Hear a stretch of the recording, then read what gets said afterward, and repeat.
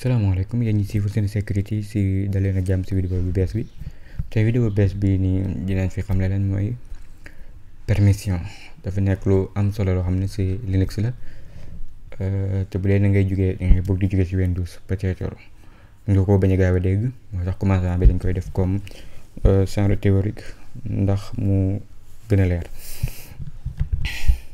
bu nu ubbi woon benn fichier fii pour sa machine sa kër exemple yaa ngi faak benn machine comme ni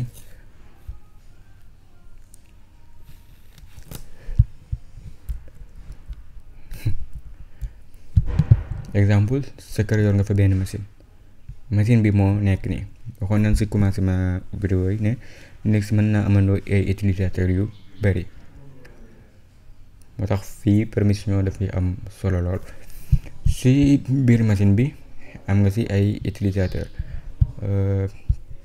exemple ñu xool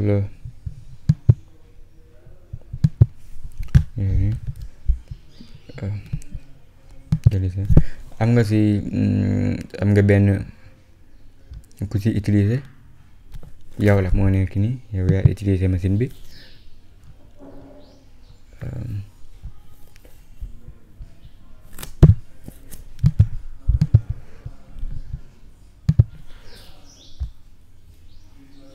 ak sa rakk ju jigéen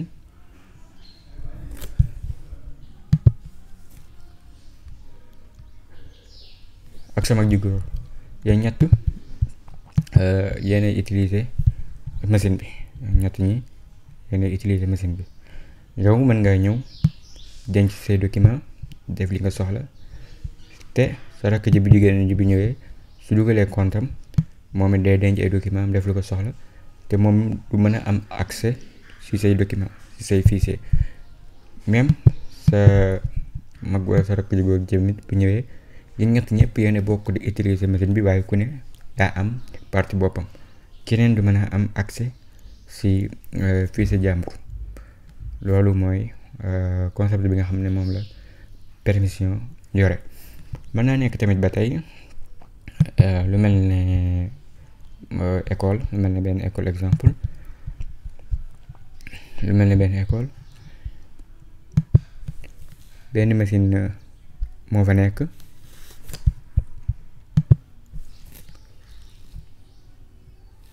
machine bi moo fa nekk comme si école bi waaye am na ay classes yu bari école bi dafa am ay classes yu bari comme exemple ñu jël am na classe boo xam ne ñii la waa première ñii ñooy waa première ñii ñooy waa terminal exemple première bii nii ñaari nit a nga fa wala lu ko ëpp moo ko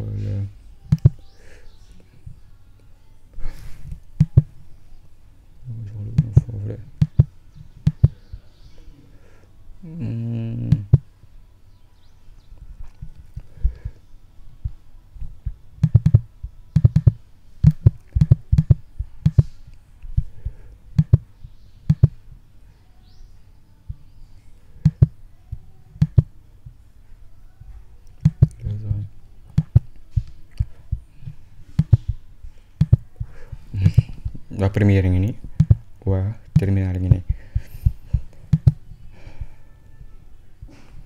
waa première gi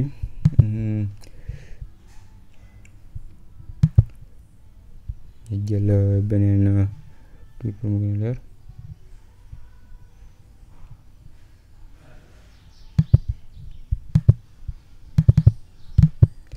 ngir ko waa première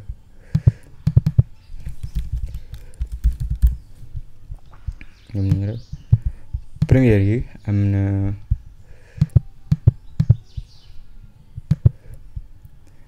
na ku fa nekk ku tudd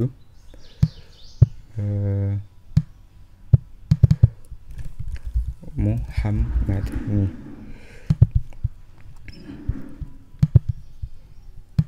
ak ku tudd Xaadim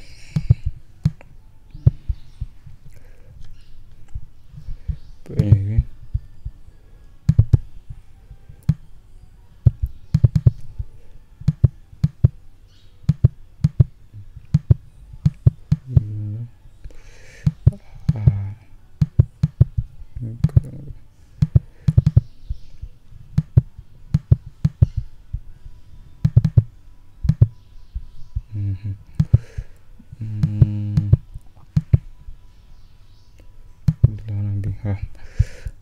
terminal am na ko fa tudd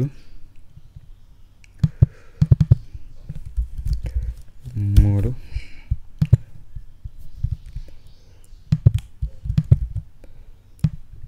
am na keneen ko fa tudd Fatim. kon ñaari classe yi ñoom ñëpp ñoo bokk di utiliser machine bi. Mouhamed ak Khadim ñoo bokk bu ñëwee ñoo bokk même utilisateur bu ñëwee bu ñu ko dugalee ñoo bokk même fichier yi ni gis yi ni jàng bu ñu composé machine bi tamit ñoo bokk même fichier yi ni gis. bu dee terminal tamit bu ñëwee bu ñu dugalee seen utilisateur ñoo bokk même fichier yi ni gis waaye duñ bokk ak waa groupe bi nii li ñu gis. kon première bii nii ñi da nga leen di jàppe comme groupe ñoom ab groupe leen ñaar ñi boo ko boolee ab groupe leen. terminal ñaar ñi fi nekk ñoo bokk li ni jàng ñoo bokk li ni gis ñoo bokk même permission ñoom ñoo bokk même groupe bi ñu tudde leen terminal.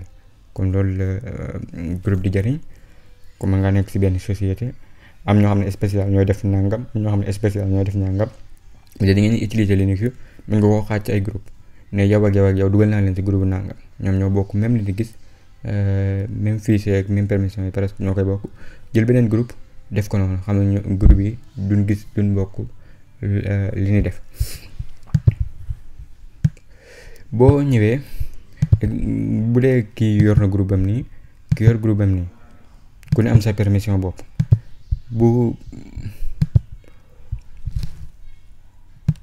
bu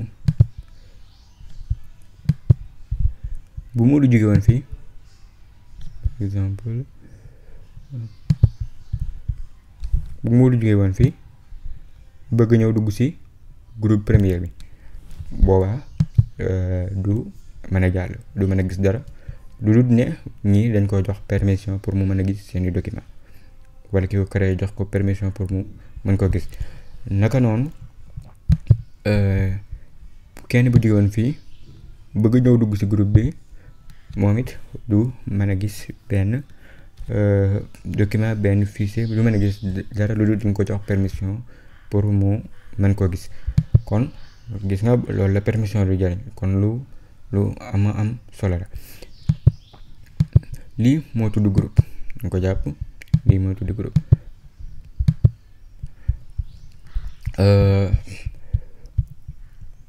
am na bu dee fii nii kii ubbi journal bi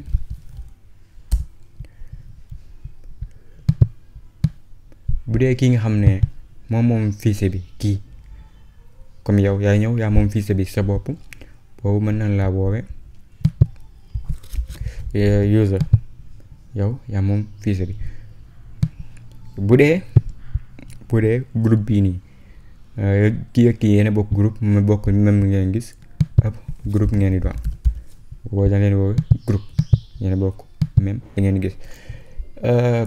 bu dee kii daa bëgg a jógee fii ñëw fii kii nii Modou la wala Fatim daa bëgg a ñëw jógee groupe am ñëw premier ci groupe première bi wala Mouhamed wala Khadim bëgg a jógee ci groupe am ñëw terminal bi. wala ci exemple tamit fii sa mag ju jigéen wala sa rakk ju góor wala sa mag ju góor bëgg a dugg say fichier kooku dañ koy woowe user. kon ñett yu am solo nga jàpp ko. user yow nga xam ne yaa moom fichier bi. groupe yi nga xam ne yéen a bokk même groupe bi. user mooy ku nekkul user nekkul groupe dañ koy dugal ci user. ñoom yi ñëpp boo leen boole moom la ñuy wax all mooy yow nga anglais bi ñëpp boo leen boole moo tudd all. ñu dafa am solo pour boo demee ba utiliser permission bi moo tax danga ko war a jàpp. buñ ubbee suñ Ubuntu bi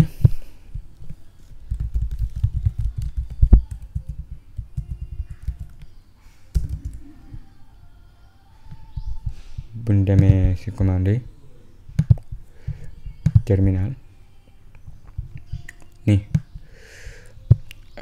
fi mu toll nii boo bëggoon a installer benn programme wala dara danaan la du jàll, wala nga bëgg lire yenn fichiers yi bu dee seetlu nga ko su ma defee nii danaan ma permission non accordée. lu tax?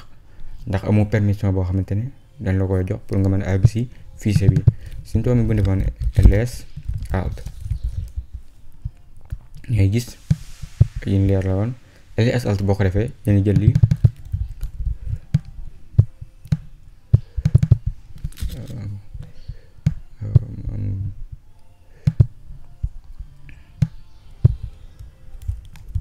xool xam dina copier am déet nga dem xaw ma ubbi benn fichier fii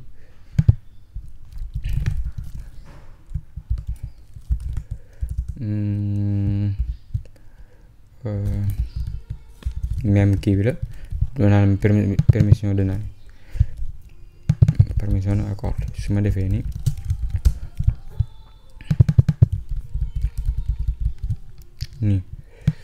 ñu koy leeral pour mu gën a leer, pour permission bi gën a leer. lii waxoon nañ ko fii la gën a leeral sax ñu def ko nii rek. lii mooy tur fichier bi. lii dernière modification bay nekk nii da lay jox date bi ak taille bi, da lay jox deux muy root ak shadow. bu njëkk bi mooy nom utilisateur bi yow ki moom fichier bi. deuxième bi mooy groupe bi mu bokk, bu dee dafa am groupe boo xam ne am ñu bokkal wala dafa créer groupe, moom groupe bii la nekk. boo xoolee fii moom mi ngi bokk ci root. nom utilisateur bi root moo ko moom, fichier bi kii ka moom mooy kii bi nom utilisateur bi root la. mi ngi bokk ci groupe bi naan root, moom la bokk. boo xoolee lii mooy permission yi, lii mooy link bi, lii mooy permission bi. permission type permission yi am. su ma demoon cd dem bureau boo defee ls alt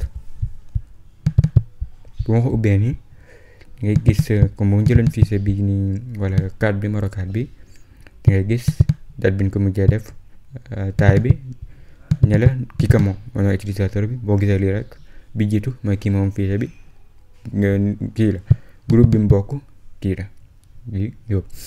lii mooy link yi, lii mooy permission bi, lii mooy permission bi. nañ ko bind fii drwx -x -x. boo wàññee 3 3 3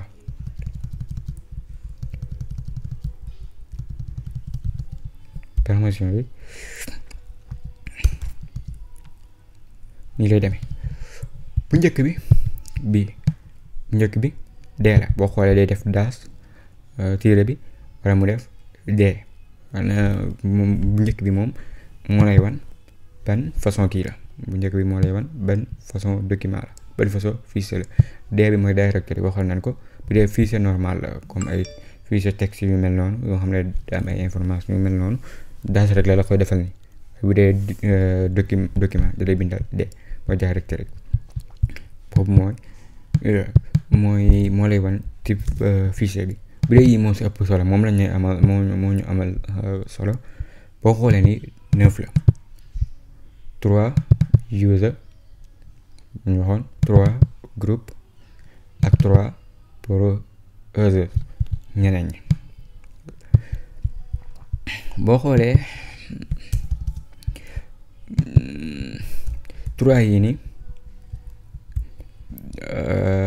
comme niñ ko waxoon léegi, 3 yi nii yow mi moom fichier bi, yow mi moom document bi wala lu mu mën a doon yow lañ koy jox. mooy 3 yu njëkk yi nii. bu dee 3 yu si topp mooy groupe bi nga bokkal groupe, permission yi ngeen am moo nekk nii. ku dul moom moo xam keneen la mu bëgg dugg ñëw dugg si, moom permission bi lañ ko jox. lan mooy R bu ñu ko waxee mooy read mooy read mooy lire, loolu mooy R. bu dee W mooy write, bind. bu dee X mooy execute,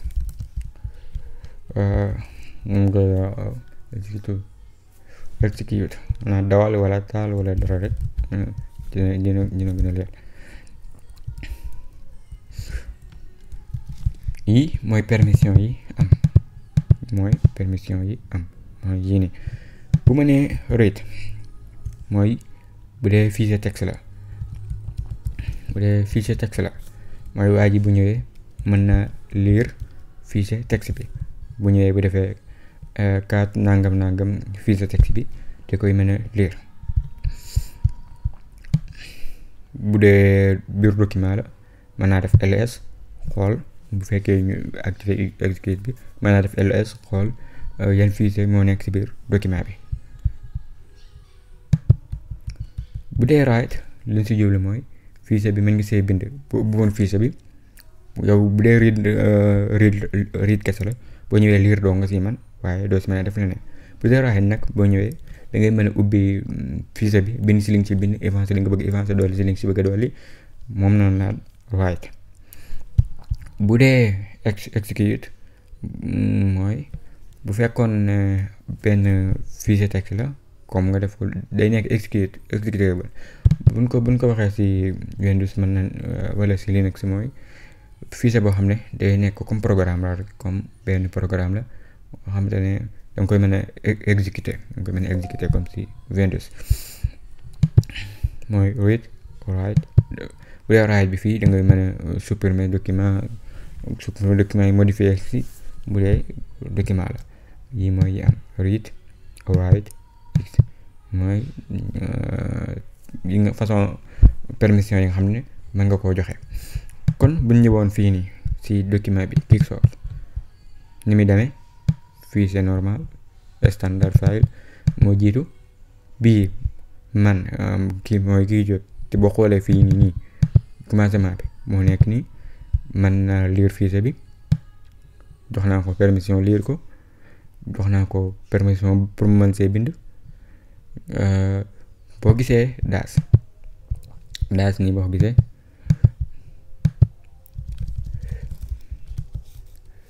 nii la daas bi boo gisee mooy wane ne joxoo ko benn permission, amul permission, joxoo ko benn permission pour mu def kon ñaar yi rek laa jox sama mooy non utilisateur bi gis yëpp te xam ne si laa nekk. waxoon nañ ki moom fichier bi bu ko neexee mën naa jox boppam, lu ko neex mën na see dolli. bu dee 3 yi mooy utilisateur bi, 3 stop mooy groupe bi. bu dee daa am ñeneen ñu nekk si groupe bi kii Diop, ñoom lire rek lañu mën a def, duñ mën a def ko fichier bi exécutable, duñ si mën a dolli, duñ si mën a bind.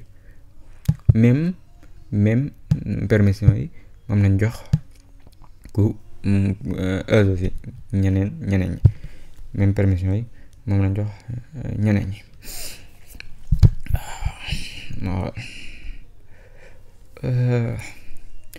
soo bëggoon changer comme fichier bii nii, comme benn utilisateur moo ko moom, nga bëgg koo jox beneen utilisateur comme yaa ko moom, bëgg koo rombale si beneen utilisateur, da ngay def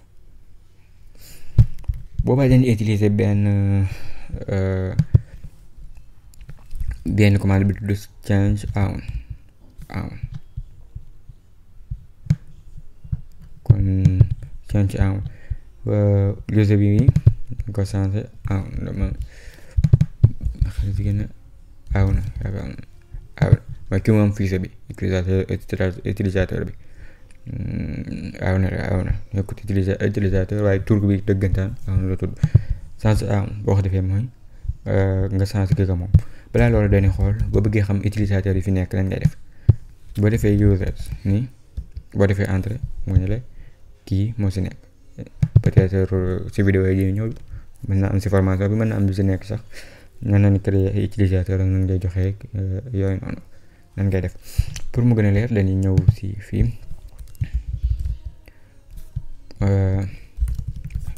ls bu ma defee permission ni dañuy xool ne gis gu ëpp mu ngi bokk si groupe bi fichier bi wala ñu créer benn fichier pour mu gën a leer toj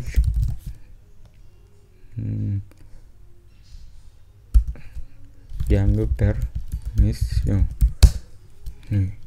vim jàng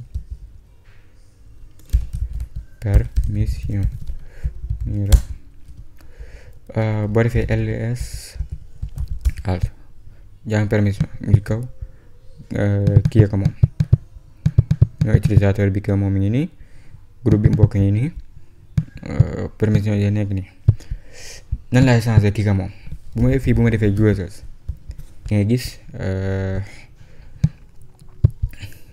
nekk yu bokkut naa doon wax loolu xool yaakaar naa am na yeneen yu fi bokkut daa am foo xam ne ak guñ fa moo tax comme sudo ak yooyu waaye su ma defoon change on daal di def boo xoolee yëpp ay utilisateur la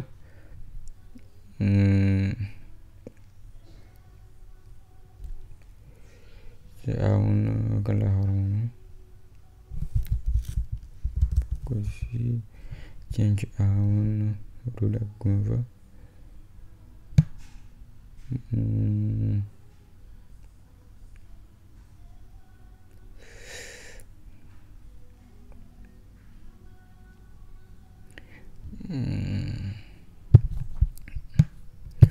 minute ngay seconde ma xool dañ fay eggut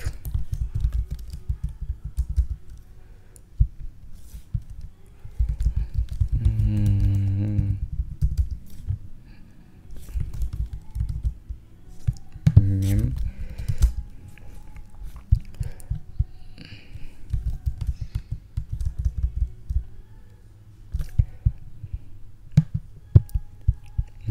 ma pause vidéo bi pour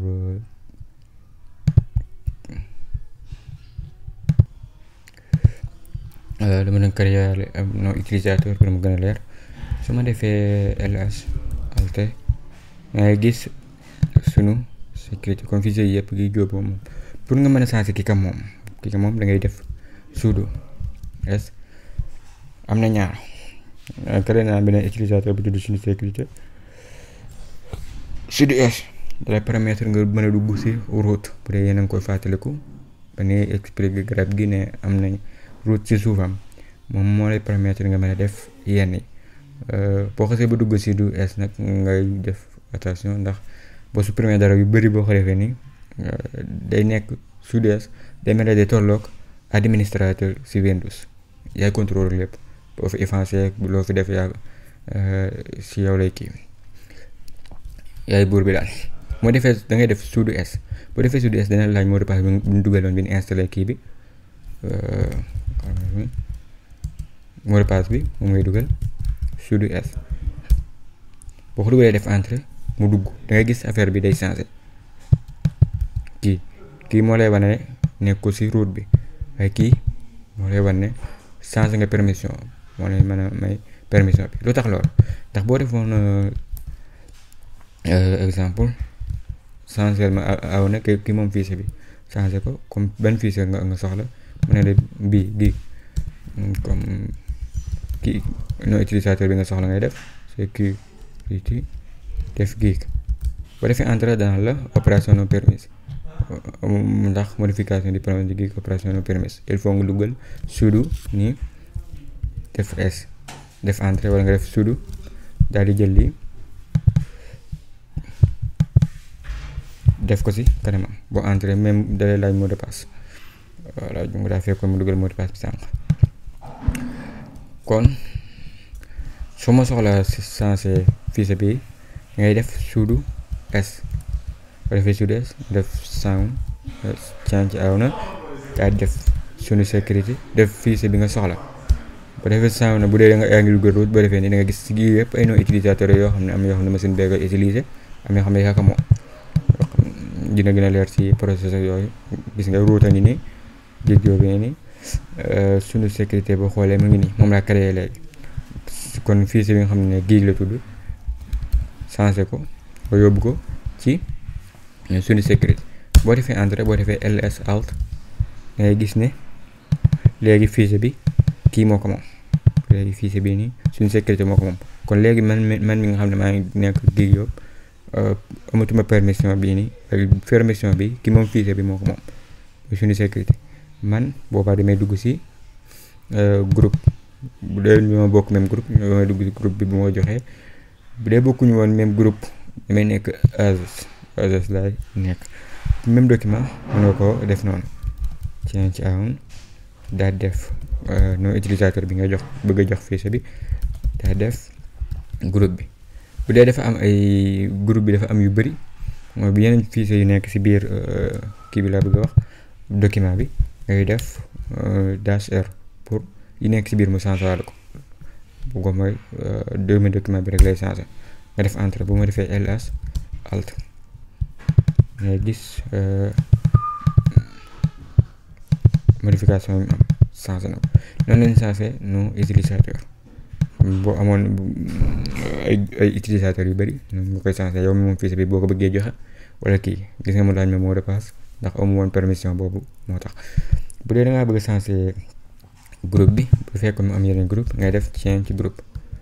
boo defee nii da nga gis ay groupe yu bëree ngi nii ay groupe yu bëri am na bu tudd ADM exemple mën na ko ADM fichier bi tudd Thierno nii boo xoolee groupe bi la bokk. soo ko joxee tur bi ni entre boo defee ls alt nga gis ne changé na groupe bi léegi nekk tudd Gigyo ñaar yi waaye no utilisateur bi tamit mën nga ko changé change man mi ka moom léegi yóbbu ko ci sunu sécurité ban fichier ci am. boo defee ls alt ngay gis moom changé na ñaar yëpp. kon noonu la ñuy changé no utilisateur noonu la ñuy changé groupe. ngay gis ba bëggee changé no utilisateur bu dee utilisateur yu bëri la change aw na ngay utiliser am na changé change aw na ñu dem ko nii. bu dee groupe change groupe